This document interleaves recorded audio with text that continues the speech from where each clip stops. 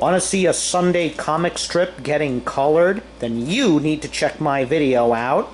Hello everyone, it's me, your old pal Max West.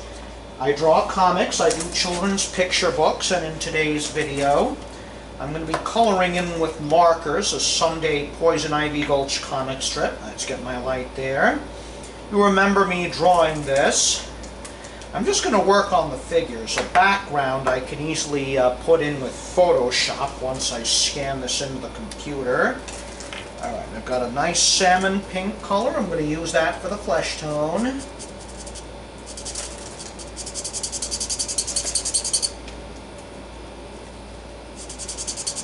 Oh, wow. Yeah, you see that? That is a very good flesh tone. Again, markers are probably one of the best mediums for coloring with. They're easy to use.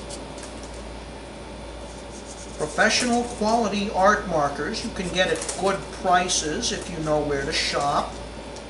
And again, it ties into my basic belief. Anyone can learn to draw. You can learn to draw. Your next door neighbor can learn to draw. Your classmates can learn to draw.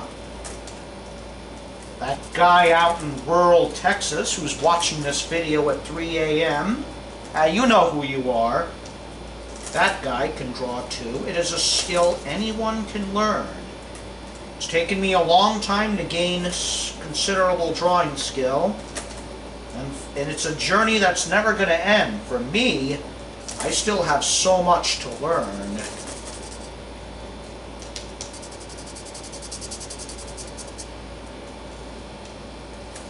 Starting to look good here. Both of these guys are going to get the same flesh tone.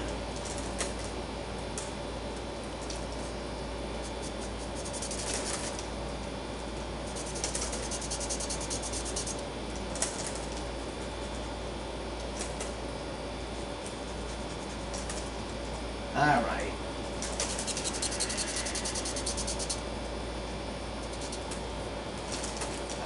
Get his fists colored in there.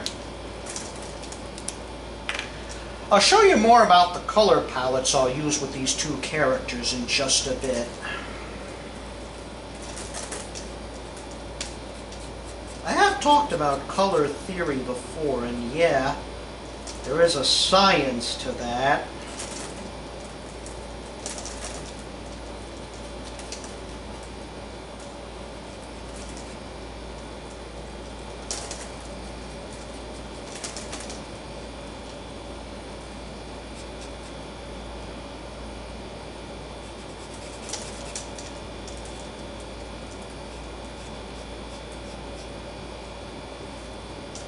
Alright, there we go. Now let's just do this guy here. And his face, including that big schnozola I gave him. You guys like it when I say that word? Schnozola? It's a funny word. I prefer that over saying other words like booger factory or ski slope.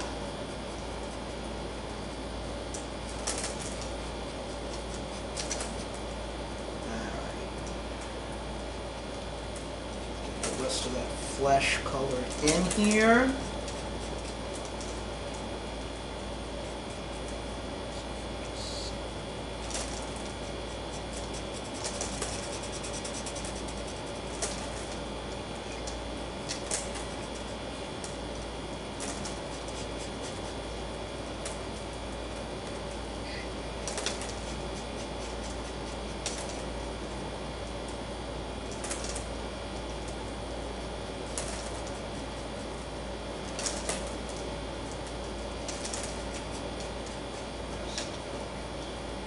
And there we go. See, we've got the flesh tones in. Alright, I'm going to work my way left to right here. We're going to start on this character. I'm going to color in his hat, his derby hat. Use a yellow ochre color, which is more of a brown. And yeah, it works.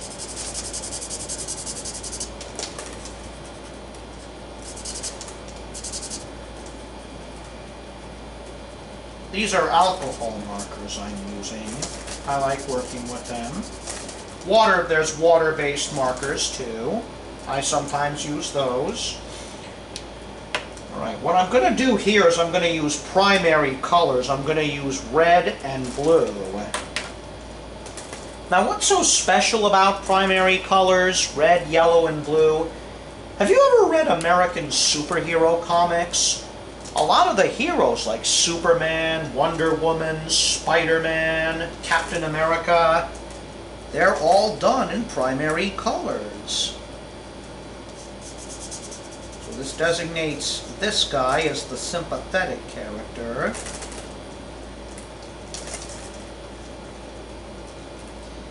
Alright, let's just get the rest of his bandana there.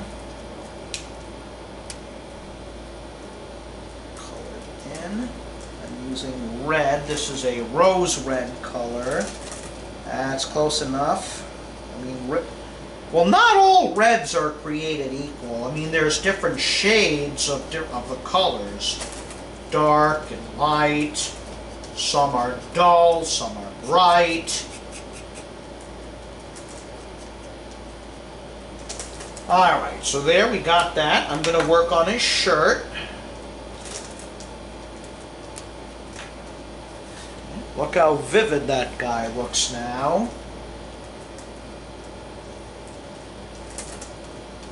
It's a darker blue, but hey, it works.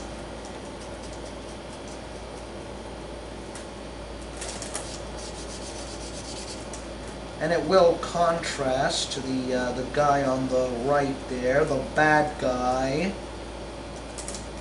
The guy with the hook on his hand. We'll get to him in a moment.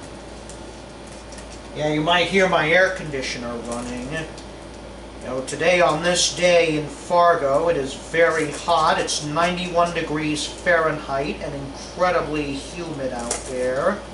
It is supposed to cool down by Tuesday. We can only hope. Because, yeah, I shouldn't be complaining as we get very bad winters here.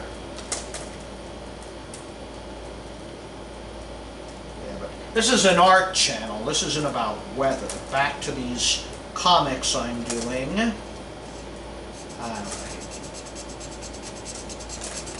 There we go. Blue and red.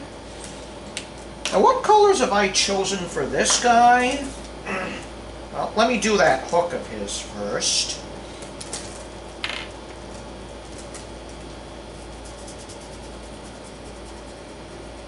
Oh yeah, watch out for his right hook indeed. Here's get this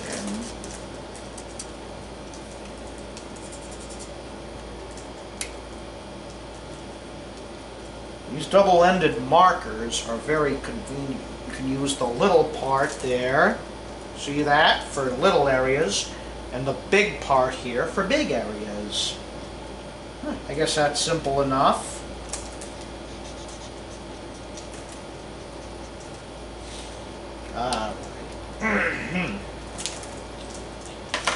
Alright, so what am I going to use? I'm going to use purple and green.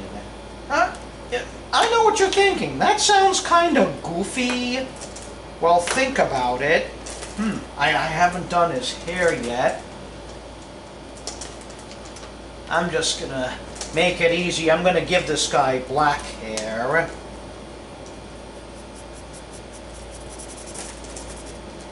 Now, as I was saying before, you'd think it's goofy to give him purple and green. Well, if you remember your color studies, purple and green are secondary colors. Villains in American superhero comics are usually given those colors. The Riddler, the Joker, the Green Goblin.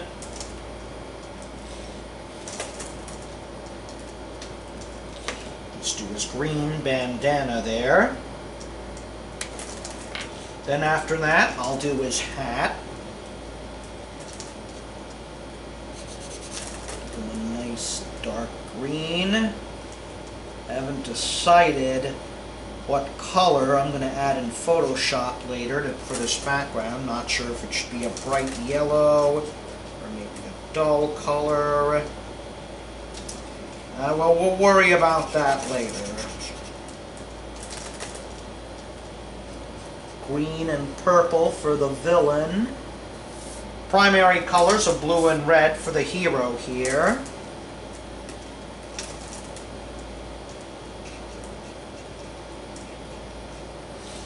Alright. Let's make his hat green as well. Then I'm going to add in make his shirt purple. No, he didn't raid the Joker or the Riddler's wardrobe, this guy. Alright, there we are. Now we add the finishing touches, his shirt. And that is going to be purple. See, that's already a contrast against his primary colors.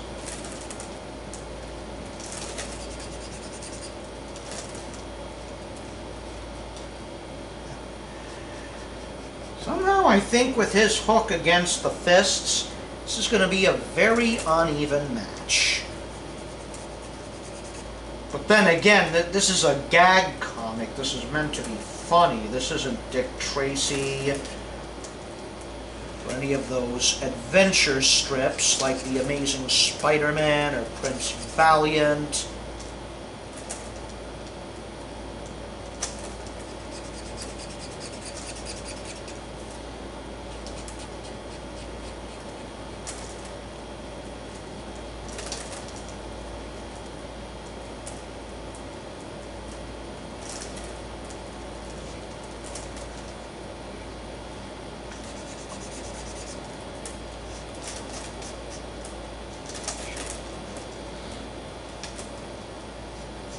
Alright, let's get that in. Probably all I have to do now is sign it.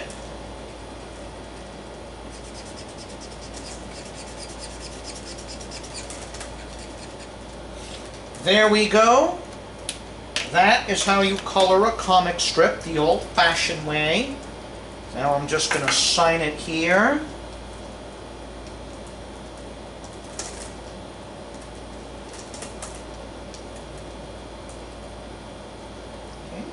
There we are.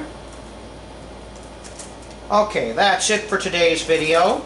Make sure you hit the subscribe button to subscribe to my channel. Hit the bell icon to be notified of new videos. Until next time, everyone, it's me, your old pal Max West, saying goodbye.